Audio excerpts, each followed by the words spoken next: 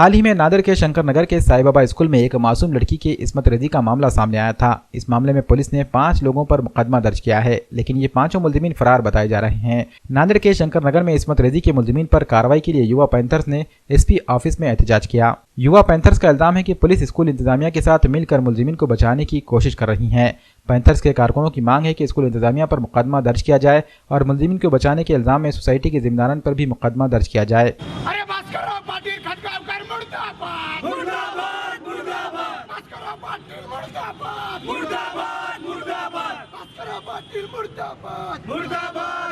शंकर नगर के rape कांड में अभी हमने यहाँ पे जिला पुलिस अधीक्षक को यहाँ पे डेलीगेशन दिया है। अभी तक इस केस के अंदर एक भी आरोपी अरेस्ट पुलिस ने नहीं किया है। पुलिस इस पूरे रेप कांड के अंदर आरोपी को बचाने का काम कर रही है। रामतीर्थ पुलिस स्टेशन के जो पुलिस पीआई है सोमनाथ शिंदे, उनके निलंबन की हमने अभी यहाँ पे एसपी साहब के सामने मांग रखी है। और दूसरी जो हमारी मांग है, इस प्रकरण में ये जो तपास है, senior IPS officer, ladies officer की तरफ इस केस की इन्वेस्टिगेशन दिया जाए। और दूसरी एक बात, ये जो ट्रस्टी है भास्करराव पाटिल खतगांवकर, उनके ऊपर अभी तक किसी प्रकार की एक्शन ली गई नहीं है। पुलिस इस केस के अंदर संस्था चालक ट्रस्टी के ऊपर एक्शन लेने वाली है कि नहीं, ये सिलसिले में हमने अभी एसपी साहब से बात की है और वो जल्द से जल्द हमें न्याय देने की उन्होंने गुजारिश की। 6th क्लास में पढ़ने वाली एक छोटी सी बच्ची पे अत्याचार हुआ है और प्रशासन इतना बेफिक्र और बेपरवाही से काम कर रहा है कि उस पर अत्याचार होने के बाद 1 महीना वो पीड़िता यहाँ पर किसी हॉस्पिटल में, प्राइवेट हॉस्पिटल में दाखिल थी। उस पर प्रेशर डाला गया, उसे ट्रीटमेंट देकर बहाना करके उसे वापस भेजा गया और उसमें पुलिस प्रशासन को ये सब चीज़ें मालूम है, फिर भी उस हॉस्पिटल पे अभी तक गुना दाखिल नहीं है। पीड़िता का अभी स्टेटमेंट अभी तक लिया गया नहीं है। पीड़िता की माँ जो स्टेटमेंट दे रही है उनका कहना अलग है और पुलिस ने स्टेटमेंट अलग लिया है, जिसका कोई संबंध नहीं। एक कॉन्ट्रैक्ट बेस पर एक रहने वाली एक महिला का उसमें आरोपी बनाया है, क्योंकि वो शेड्यूल कास्ट की है, इसलिए उसको उसमें लाया है। लेकिन जिनकी संस्था है, जो अध्यक्ष है, जो सचिव है, उनका उसमें नाम नहीं लिया गया है। ये सभी प्रशासन और पॉलिटिकल, ये सभी मिलीभगत का पूरा कॉम्बिनेशन के साथ इस प्रकरण को दबाने की कोशिश की जा रही है। मैं मीडिया को और जनता को अपील करता हूँ, एक छोटी सी बच्ची पर अत्याचार हुआ है और इतना असंवेदनशील ये हमारा समाज कैसे हो सकता है। इसलिए हम इसके खिलाफ सभी नांदेड़ के संगठन, सभी कार्यकर्ता हम एकजुट होकर इसके खिलाफ बड़ा आवाज़ तेज करने वाले। नांदेड जिल्ह्यामध्ये ही अतिशय दुर्दैवी घटना घडलेली आहे आणि या घटनेचं म्हणजे वारंवार ती माध्यमासमोर सांगताना खूप म्हणजे आम्हाला हेजिटेट झाल्यासारखं होतं आहे।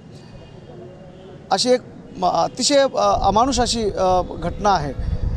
6वीच्या मुलीवर या ठिकाणी अतिप्रसंग झाला आणि त्या एका बड्या हस्तीनं राजकारणात खूप मोठा माणूस म्हणून महाराष्ट्रभर मिरवणारा, देशाच्या संसदेमध्ये जाणारा मंत्री असणाऱ्या माणसाच्या शाळेवर ही घटना घडली आणि जाणीवपूर्वक या घटनेला प्रेशराईज करून, दबाव टाकून ही घटना कशी विचलित करण्यात येईल, या आरोपींना कशी मदत होईल अशी राजकीय दबावपोटी इथं भूमिका घेतली जात आहे। या घटनेचा आम्ही निषेध करतच आहोत, परंतु जे राजकीय प्रस्त माजी मंत्री भास्करराव खतगांवकर पाटील हे ज्या पद्धतीने या प्रकरणाला दडपण्याचा प्रयत्न करत आहेत, आम्ही या जिल्ह्याच्या तमाम जनतेकडून, महिला भगिनीकडून त्यांचा जाहीर धिक्कार करतो, निषेध करतो। त्यांच्याकडून अशी अपेक्षा या जिल्ह्यातल्या कुठल्याही माणसाला नव्हती, पण त्यांनी या अमानुष घटनेला म्हणजे जे वळण देण्याचं काम केलं, त्यामुळे त्यांचा निषेध आहे। सातत्यानं पोलिसांकरवी या घटनेला वेगळं रूप देण्याचा आम्ही जबाब घेतला, त्या दिवसापासून या जबाबाच्या आणि या पोलिसांच्या भूमिकेविरोधात आहोत। ज्या पद्धतीने शिंदे साहेबांनी सुरुवातीला एका लेडी अधिकाऱ्यासोबत येऊन म्हणजे 8 वाजता दाखल झालेले शिंदे साहेब 4:30 वाजता स्टेटमेंट घेऊन गेले आणि सकाळी 6 वाजता तो FIR लॉन्च त्यांनी केला, परस्पर केला कुठल्याही हे करताना, आणि जबाब घेताना जाणीवपूर्वक महिलेला हॉस्पिटलच्या एका रूममध्ये मधून दार लावून घ्यायचं आणि लेडी कॉन्स्टेबल सोमनाथ शिंदे हे दोघंच त्याच्या तिथं राहायचे.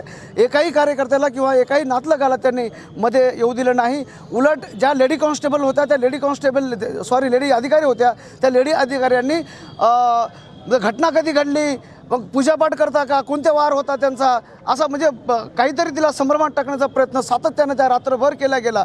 आधीच मानसिक खचलेल्या त्या बाईला, त्या फिर्यादीला, मुलीच्या आईला रात्रभर म्हणजे सकाळी 4:30 वाजेपर्यंत जागं ठेवून त्यांची वेगवेगळ्या पद्धतीनं त्यांना हॅरेस करून त्यांचं स्टेटमेंट घेण्यात आलं. ही पोलिसांची भूमिका संशयित आहे आणि या याचासुद्धा पोलिसांच्या वरिष्ठ अधिकाऱ्यांनी याची नोंद घेऊन या घटनेचा तपास करावा अशी आमची या ठिकाणी मागणी आहे.